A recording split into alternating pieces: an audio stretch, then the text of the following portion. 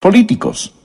De hecho, el versículo 13 de segunda de Pedro capítulo 3 dice: pero nosotros esperamos, según sus promesas, cielos nuevos y tierra nueva. No solo un nuevo régimen mundial, sino que el mismo cielo va a ser nuevo. El nuevo régimen mundial está por venir, pero no como algunos piensan. Porque lo que este mundo llama un nuevo régimen mundial es solo una reestructuración del viejo desorden. Alguien dijo sabiamente: no se puede hacer buenos huevos revueltos con huevos podridos. El nuevo régimen mundial va a ocurrir cuando el Señor Jesucristo regrese con poder y gloria para recibir a los suyos y para juzgar a los que le rechazaron. Recuerde que segunda de Pedro habla del cristianismo auténtico, lo verdadero, no lo falsificado. Y cuando Pedro habla sobre el cristianismo auténtico, él está advirtiendo acerca de los apóstatas. En este tercer capítulo, primero tenemos un argumento contra la segunda venida del Señor Jesucristo por parte de los apóstatas. Y luego tenemos la afirmación y confirmación apostólica de la segunda venida del Señor Jesús. Esto me emociona, porque veo el caos a mi alrededor, la situación en que está el mundo de hoy, y no importa cuán mala se ponga, yo sé cómo va a acabar. Y en lugar de quejarnos, ¿en qué va a terminar todo este mundo?, los creyentes podemos decir: ¡gloria a Dios! Miren quién regresará al mundo. La piedra angular de nuestra fe es la deidad de Cristo. Y la esperanza de nuestra fe es que Jesucristo, quien vino a morir en nuestro lugar, regresará a gobernar y reinar con poder y gran gloria. Así que el mensaje de hoy tiene 2 puntos. El primer punto es la denegación escarnecedora de su venida. El segundo punto, la declaración escrita de su venida. Leamos juntos segunda de Pedro capítulo 3, empezando en el versículo 1. Dice: amados, esta es la segunda carta que os escribo, y en ambas despierto con exhortación vuestro limpio entendimiento, para que tengáis memoria de las palabras que antes han sido dichas por los santos profetas, y del mandamiento del Señor y Salvador dado por vuestros apóstoles, sabiendo primero esto, que en los postreros días vendrán burladores, andando según sus propias concupiscencias y diciendo, preste atención aquí, diciendo: ¿dónde está la promesa de su advenimiento? Porque desde el día en que los padres durmieron, todas las cosas permanecen así como desde el principio de la creación. Y Pedro dice: estos ignoran voluntariamente que en el tiempo antiguo fueron hechos por la palabra de Dios los cielos y también la tierra, que proviene del agua y por el agua subsiste, por lo cual el mundo de entonces pereció anegado en agua. Lo que tenemos aquí son 3 reacciones apóstatas a la segunda venida de Jesucristo. La primera reacción es una reacción emocional.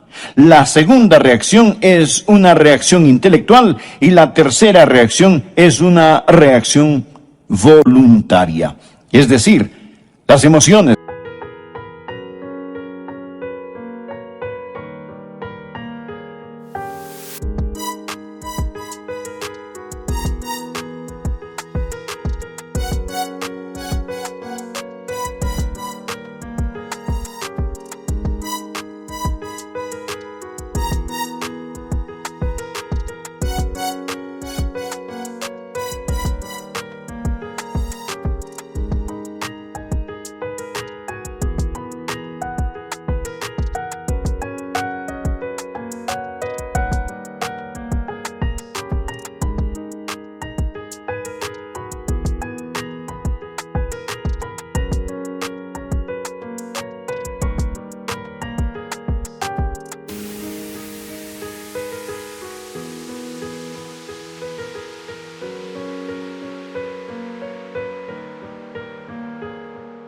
La mente y la voluntad se rebelan contra la segunda venida del Señor Jesucristo.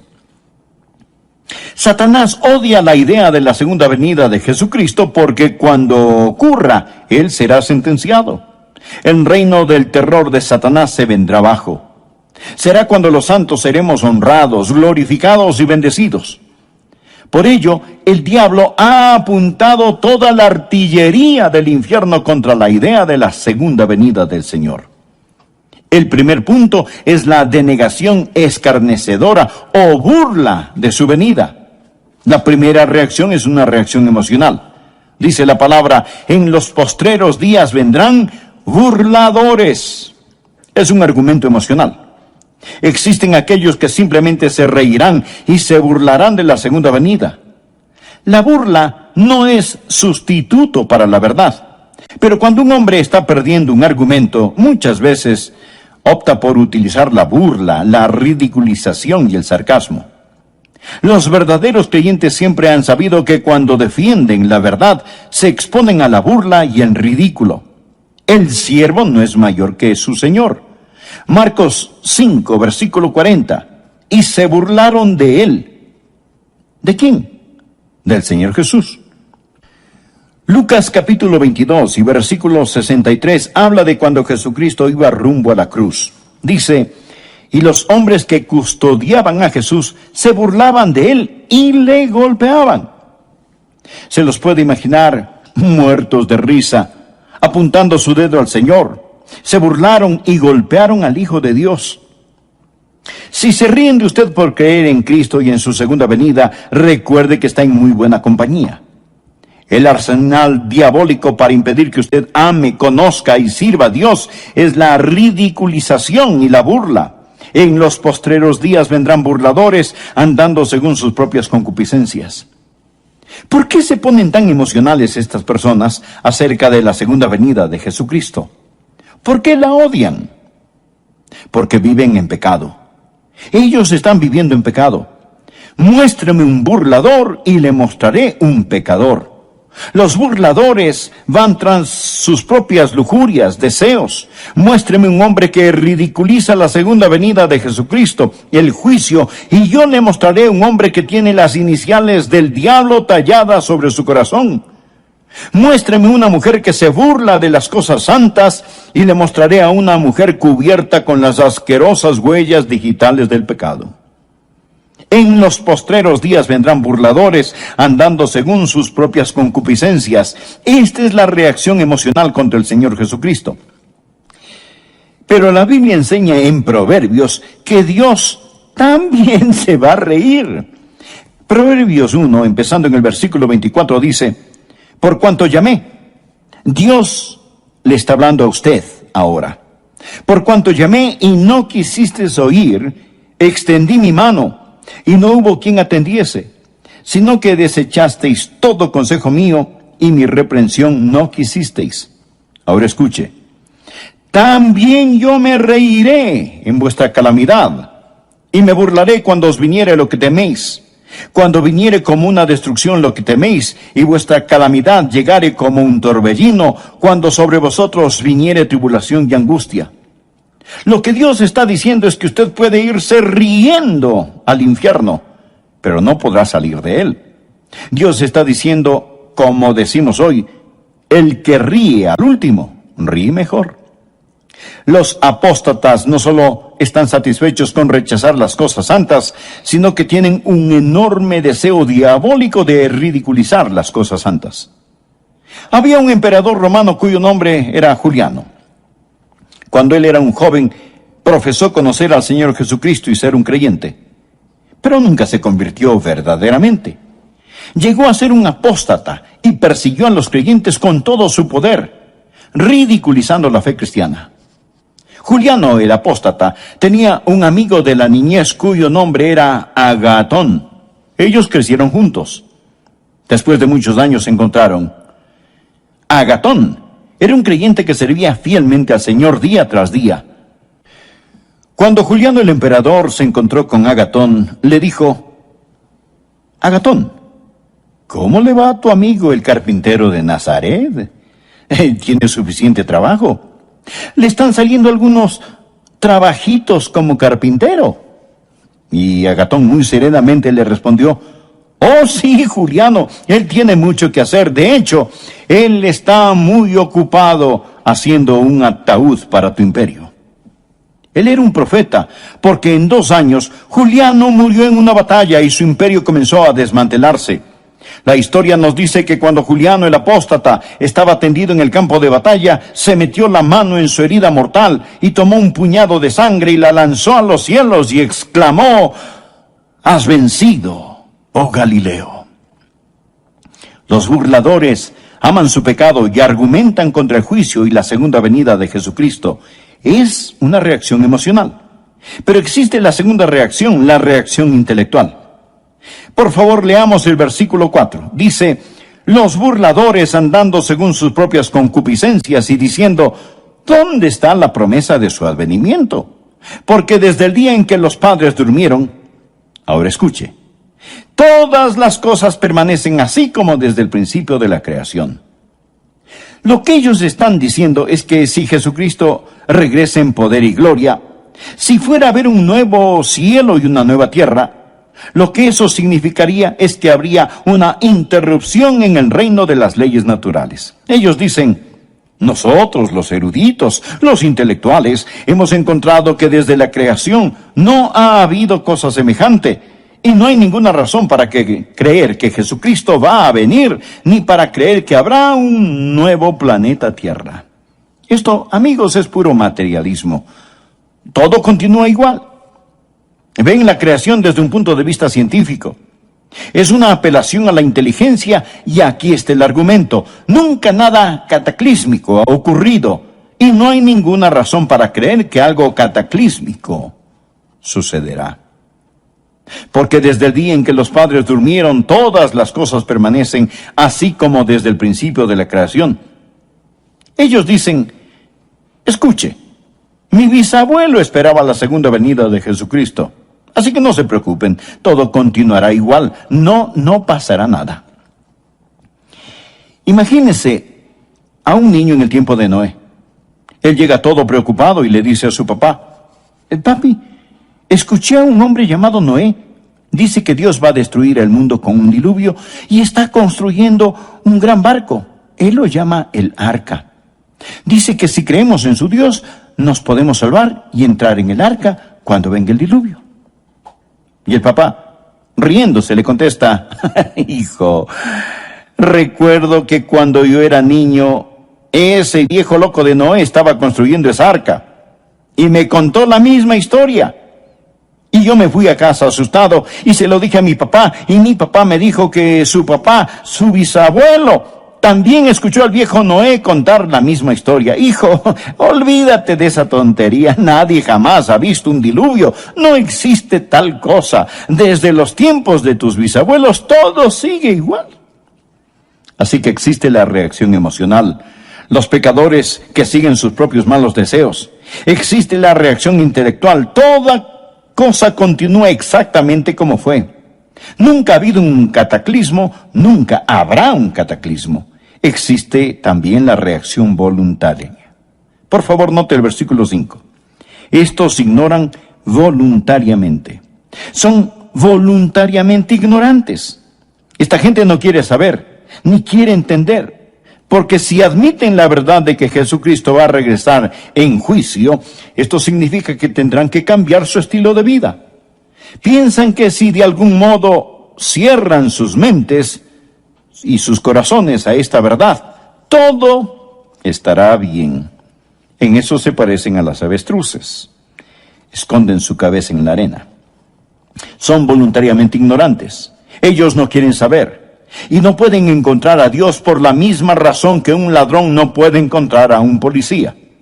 Juan capítulo 3, versículo 19 dice: la luz vino al mundo y los hombres amaron más las tinieblas que la luz. ¿Por qué? Porque sus obras eran malas. Mi amigo, el mundo está lleno de ellos.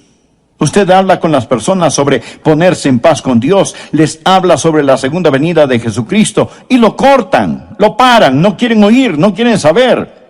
El problema no está en sus mentes, el problema está en sus corazones. Romanos capítulo 1 habla de ellos que detienen con injusticia la verdad. Son voluntariamente ignorantes y su reacción emocional, intelectual y voluntaria Sirve para negar esa gran verdad, la gloriosa verdad bíblica de la segunda venida del Señor Jesucristo. El segundo punto, la declaración escrita de su venida. Ya escuchamos a los apóstatas con su denegación escarnecedora. Ahora escuchemos a los apóstoles con su declaración escrita. Simón Pedro da 3 respuestas apostólicas a los argumentos o reacciones apóstatas para reafirmar la segunda venida de Jesucristo. La primera es su memorable promesa. Leamos el versículo 1. Amados, esta es la segunda carta que os escribo, y en ambas despierto con exhortación vuestro limpio entendimiento para que tengáis memoria. Por favor, subraye la palabra memoria. Para que tengáis memoria de las palabras que antes han sido dichas por los santos profetas y del mandamiento del Señor y Salvador dado por vuestros apóstoles. Bien. ¿Cuáles eran esas palabras? Una promesa. Mire el versículo 4. ¿Dónde está la promesa de su advenimiento? Ahora mire el versículo 9. El Señor no retarda su promesa. Saltémonos al 13. Pero nosotros esperamos según su promesa cielos nuevos y tierra nueva. Lo que está diciendo el apóstol es que Él nos hizo una memorable promesa y Él vendrá otra vez. Los profetas y los apóstoles nos dicen que recordemos lo que Dios ha dicho. Sabemos la importancia del nuevo nacimiento. Mas, ¿sabía que el Nuevo Testamento solo lo menciona 9 veces? La maravillosa doctrina del bautismo se menciona solo 20 veces en el Nuevo Testamento. El arrepentimiento solo 70 veces en el Nuevo Testamento. Pero el Nuevo Testamento habla, sin tocar el Antiguo Testamento, habla 380 veces en términos gráficamente claros de la segunda venida de Jesucristo. Esa es la razón por la que Pedro dijo, tengáis memoria de las palabras que antes han sido dichas por los santos profetas y por vuestros apóstoles. Si usted agrega a los profetas lo que los apóstoles dicen, un versículo de cada 25 en la Biblia habla de la segunda venida de Jesucristo. Dios no puede mentir. Dios lo ha prometido. Por ello, el recordatorio apostólico es su memorable promesa. Recuerde, téngalo presente. El Dios que no puede mentir lo ha prometido. Segundo, Pedro nos recuerda de su magno poder. Recuerda lo que ellos dicen. Los apóstatas dicen, todo continúa igual. No hay ninguna interrupción en el reino de las leyes naturales. Pedro les responde, ustedes son ignorantes por su propia voluntad, de 2 cosas. La primera aparece en el versículo 5. Estos ignoran voluntariamente que en el tiempo antiguo fueron hechos por la palabra de Dios, los cielos y también la tierra, que proviene del agua y por el agua subsiste, por lo cual el mundo de entonces pereció anegado en agua. Ahora Pedro les dice, mire señor escéptico, mire señor apóstata, usted dice que nunca nada cataclísmico ha ocurrido. ¿Y qué de la creación?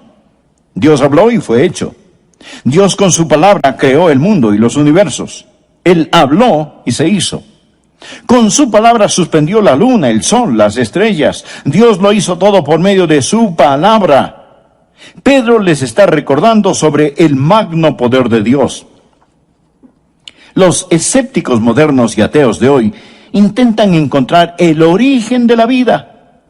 Pero no nos preocupemos del origen de la vida. Vamos más allá. Hablemos del origen de la materia. Usted dirá, bueno, la vida empezó espontáneamente en alguna sopa prebiológica, pero ¿de dónde salió la sopa prebiológica? Amigo, de la nada. Nada sale. Por medio de la palabra de Dios todo fue creado. Dios con su palabra ordenó la creación, pero también ordenó un cataclismo. Verso 5. Estos ignoran voluntariamente. Primero, habló para la creación. Que en el tiempo antiguo fueron hechos por la palabra de Dios los cielos y también la tierra que proviene del agua y por el agua subsiste. La segunda vez habló para describir el cataclismo. por lo cual el mundo de entonces pereció anegado en agua. La palabra anegado o inundado es de donde tomamos cataclismo. En el griego suena como cataclismo. Dios con su magno poder hizo la creación y con su magno poder lo sacó del cataclismo. Pedro dice, no digan que Dios no puede cambiar la historia, que todo siempre sigue igual. Enfrenten los hechos. Y si tratan de explicar la creación sin un creador, son voluntariamente ignorantes, simplemente ignorantes. Piénselo. Es completa estupidez pensar que de la nada todo salió. No solo la memorable promesa, sino el magno poder de Dios. En base a esto, Pedro empieza a defender lo que Dios ha hecho y que lo hará de nuevo, pero esta vez no con agua, sino con fuego.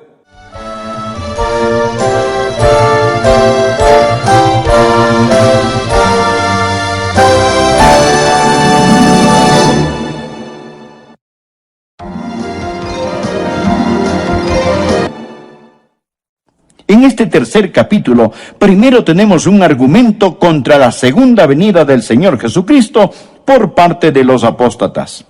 Y luego tenemos la afirmación y confirmación apostólica de la segunda venida del Señor Jesús. Esto me emociona, porque veo el caos a mi alrededor, la situación en que está el mundo de hoy, y no importa cuán mala se ponga, yo sé cómo va a acabar. Y en lugar de quejarnos, ¿en qué va a terminar todo este mundo?, los creyentes podemos decir, ¡gloria a Dios! Miren quién regresará al mundo. La piedra angular de nuestra fe es la deidad de Cristo. Y la esperanza de nuestra fe es que Jesucristo, quien vino a morir en nuestro lugar, regresará a gobernar y reinar con poder y gran gloria. Así que el mensaje de hoy tiene 2 puntos. El primer punto es la denegación escarnecedora de su venida.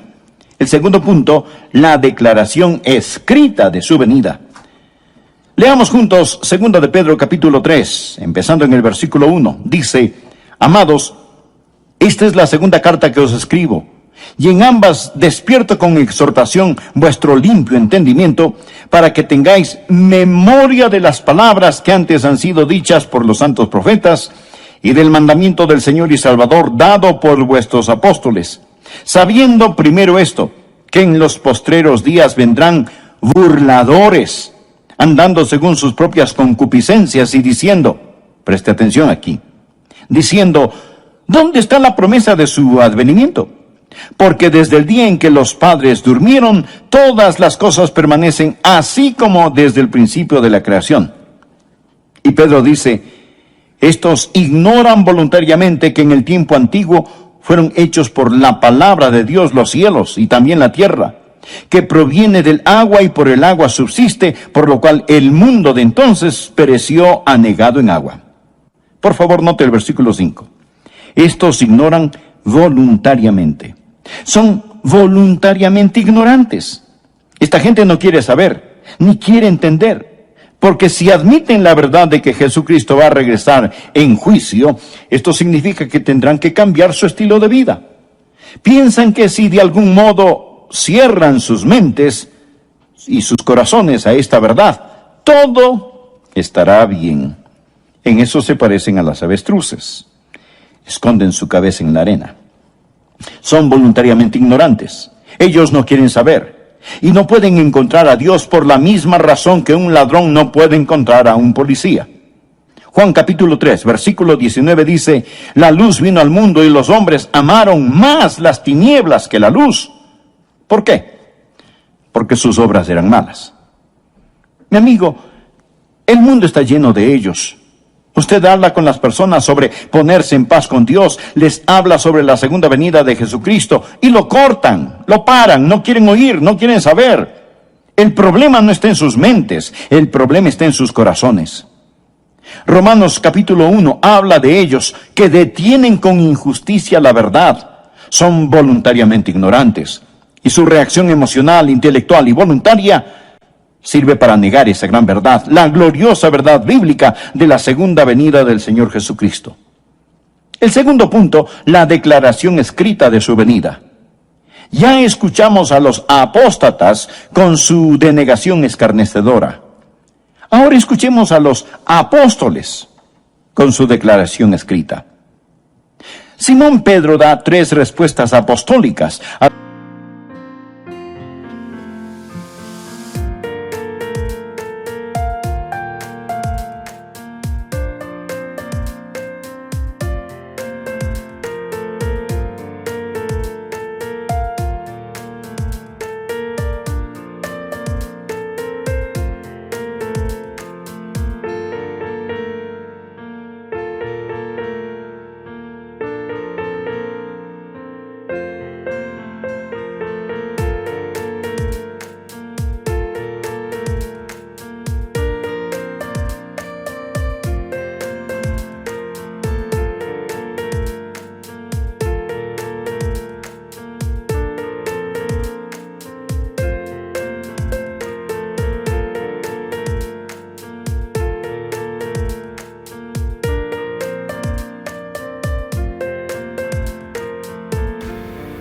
los argumentos o reacciones apóstatas para reafirmar la segunda venida de Jesucristo.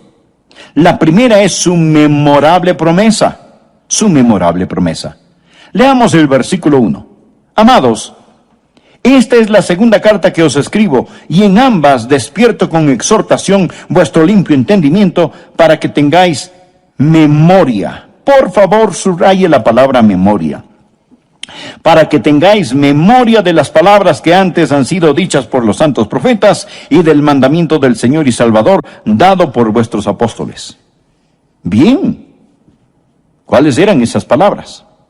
Una promesa. Mire el versículo 4.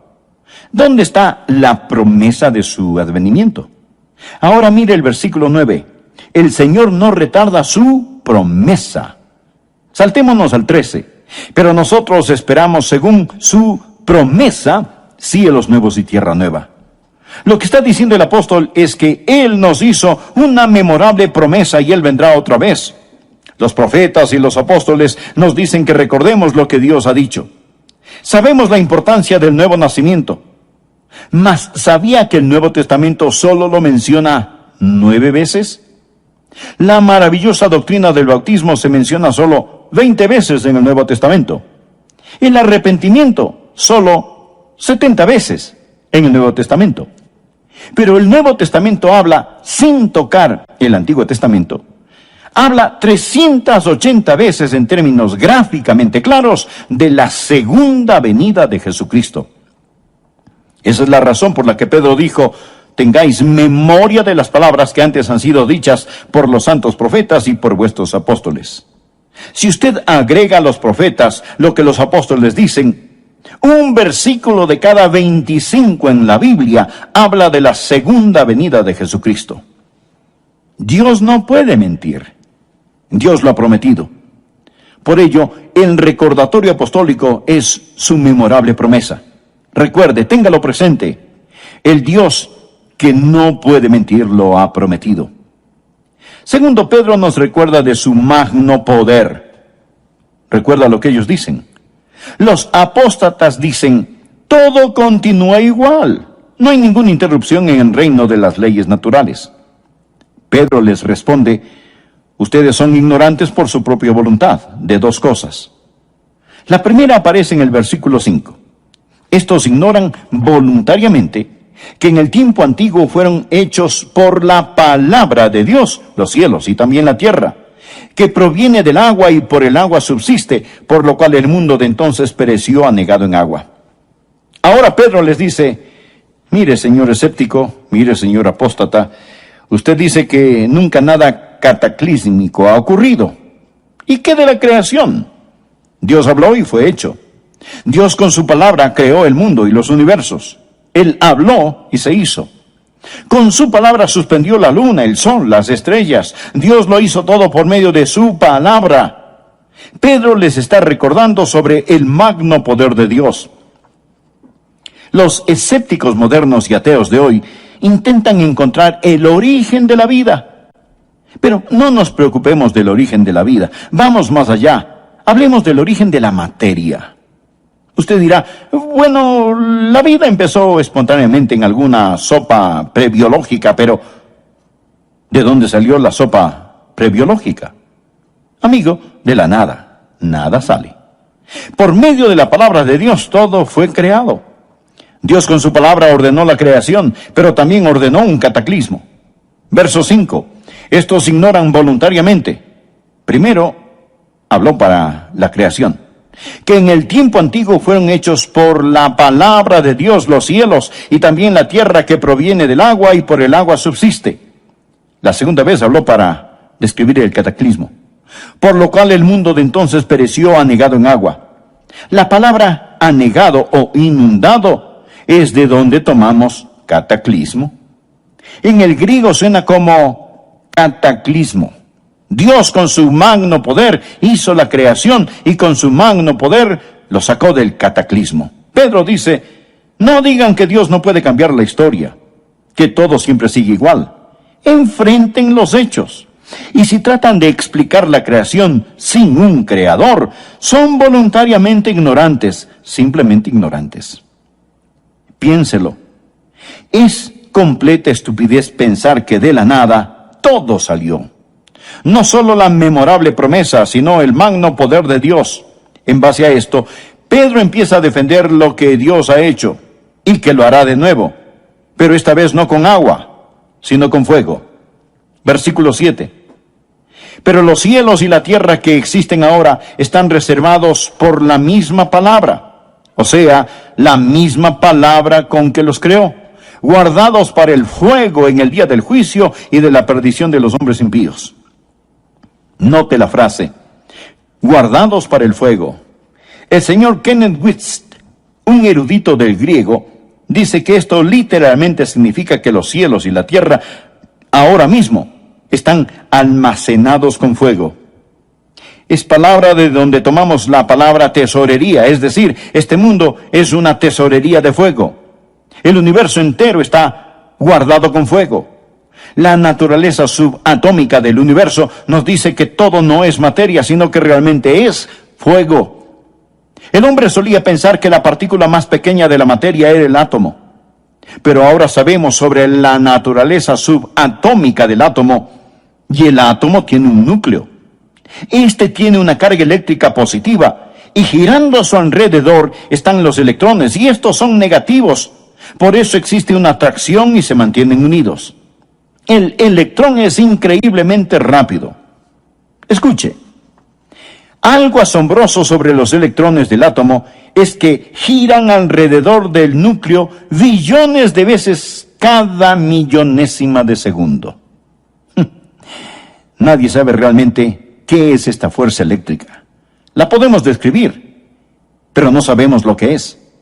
Einstein dijo antes de morir que esperaba descubrir lo que es la electricidad, pero nunca lo hizo. Podemos poner esta cosa de algún modo en proporciones matemáticas, pero los científicos no saben cuál es la fuerza que los une. Dije que el núcleo tiene una carga eléctrica positiva y girando a su alrededor están los electrones que son negativos. Por eso existe una atracción y se mantienen unidos. Pero también tiene neutrones y protones. Los neutrones son neutros y los protones son positivos. No existe atracción, mas estos no se caen. ¿Qué causa que todos se mantengan unidos? Colosenses 1:17 nos habla acerca del Señor Jesús y dice, todas las cosas en Él subsisten. Significa que Él lo sostiene todo, ya sean los planetas en órbita o los electrones que giran alrededor del núcleo de un átomo. Él es la goma de las galaxias, el Señor Jesucristo. Hebreos 1:3 dice, Jesús quien sustenta o sostiene todas las cosas con la palabra de su poder. Pedro dice, están guardados con el fuego. Todo es fuego, porque todo está formado de una estructura molecular. Hebreos 11:3 dice, lo que se ve fue hecho de lo que no se ve. Pedro les dice a los apóstatas que ridiculizan la segunda venida de Jesucristo, les recuerdo su memorable promesa, les recuerdo su magno poder y les recuerdo su misericordiosa paciencia. Por favor, leamos el versículo 8. Mas, oh amados, no ignoréis esto, que para con el Señor un día es como 1000 años, y 1000 años como un día. El Señor no retarda su promesa, según algunos la tienen por tardanza, sino que es paciente para con nosotros, no queriendo que ninguno perezca, sino que todos procedan al arrepentimiento. Pero el día del Señor vendrá como ladrón en la noche, en el cual los cielos pasarán con gran estruendo. Usted sabe que la gente que intenta deducir cómo todo llegó a ser, dicen, bien, todo empezó con una gran explosión. Nunca nos explican qué fue lo que explotó. Solo el hombre puede desviarse 180 grados hacia lo opuesto. Todo no empezó con una gran explosión. Todo va a concluir con una gran explosión. Dice la palabra, pero el día del Señor vendrá como ladrón en la noche, en el cual los cielos pasarán con gran estruendo, y los elementos ardiendo serán deshechos. Ardiendo significa calor interno, fiebre, calentura. Y la tierra y las obras que en ella hay serán quemadas. Puesto que todas estas cosas han de ser deshechas, ¿cómo no debéis vosotros andar en santa y piadosa manera de vivir, esperando y apresurándoos para la venida del día de Dios, en el cual los cielos encendiéndose serán deshechos, y los elementos siendo quemados se fundirán? Pero nosotros esperamos, según sus promesas, cielos nuevos y tierra nueva, en los cuales mora la justicia. Por lo cual, oh amados, estando en espera de estas cosas, procurad con diligencia ser hallados por Él sin mancha e irreprensibles, en paz. Amigo, presta atención al versículo 15. Y tened entendido que la paciencia de nuestro Señor es para salvación. La paciencia de Dios es para salvación. ¿Y qué significa? Mi estimado amigo, significa que Dios no quiere que usted muera y vaya al infierno. Eso es lo que significa. Si Jesucristo hubiera regresado ayer y usted no es salvo, su destino estaría irrevocablemente establecido. El Señor mantiene la puerta de la misericordia abierta para usted. Dios es un Dios de misericordia. Y Pedro les contesta a los apóstatas estas 3 cosas. Existe una memorable promesa, existe el magno poder de Dios y existe la misericordia y la paciencia de Dios. Versículo 9. El Señor no queriendo que ninguno perezca, sino que todos procedan al arrepentimiento. Dios está esperando que usted acepte su salvación. Y usted dirá, bueno, si Dios es tan misericordioso, yo no tengo de qué preocuparme. No, mi estimado amigo, mire el versículo 10. Pero el día del Señor vendrá. Verá, ambas, la ira y la misericordia, son atributos de Dios. Si usted dice que Dios es todo ira y no misericordia, eso es solo parte de la verdad. Y si dice que Dios es todo misericordia y no ira, eso es solo parte de la verdad. Cuando usted toma solo parte de la verdad y la convierte en toda la verdad, se vuelve una falsedad. Existe la misericordia de Dios y la ira de Dios. Dios no quiere que ninguno perezca, pero la ira, el día del Señor, vendrá. Alguien sabiamente dijo, ahora mismo las tempestuosas aguas de la ira de Dios golpean furiosamente la represa de su misericordia. La misericordia debe dar paso a la ira, porque el día del Señor vendrá. Yo no sé cuándo la última alma que completará la esposa se convertirá. Quizás sea usted, amigo, y la esposa estará completa. Entonces sonará la trompeta. Los muertos en Cristo resucitarán primero, y los que estemos vivos seremos arrebatados y cambiados así, en un abrir y cerrar de ojos, para encontrarnos en el aire con el Señor. Pero no sé cuándo será, mas Él está por venir. Amigo, si Jesucristo fuera a venir ahora mismo, ¿qué pasaría con usted? Verá, Él dijo, pero el día del Señor vendrá. ¿Cómo? Mírelo, como un ladrón en la noche, de repente, inesperadamente, cataclísmicamente. Jesús dijo en Lucas 13:3, no, antes si no os arrepentís, todos pereceréis igualmente. Pero el Señor no quiere que ninguno perezca, sino que todos procedan al arrepentimiento. Amigo, Él está por venir, en llamas de fuego para castigar a los que no conocen a Dios, ni obedecen el Evangelio de nuestro Señor y Salvador Jesucristo. ¿Que cómo lo sé? Pues por su memorable promesa. Y aún no ha venido por su misericordiosa paciencia. Jesús no quiere que usted muera y vaya al infierno. De verdad, Él no lo quiere. La Biblia dice, porque de tal manera amó Dios al mundo que ha dado a su Hijo unigénito, para que todo aquel que en Él cree no se pierda, mas tenga vida eterna. Por consiguiente, ¿qué tiene que hacer usted para no perecer? Pues arrepentirse, arrepentirse. ¿Cuál es el arrepentimiento? La palabra griega metanoia o arrepentimiento significa cambiar de pensar. Antes usted confiaba en sí mismo, vivía en pecado, iba por su lado, hacía lo que le daba la gana. Ahora se da un cambio radical y dramático de pensar, se arrepiente, pone su fe no en sí mismo, sino en Jesucristo, abandona sus pecados, abandona sus viejos caminos. Estimado amigo, ¿es usted salvo? No le pregunté si es usted católico, bautista, metodista o lo que sea. Lo que quiero decir es que necesita saber sin lugar a dudas que se ha arrepentido de sus pecados y que ha recibido a Cristo como su Salvador personal. Le imploro que lo haga ahora.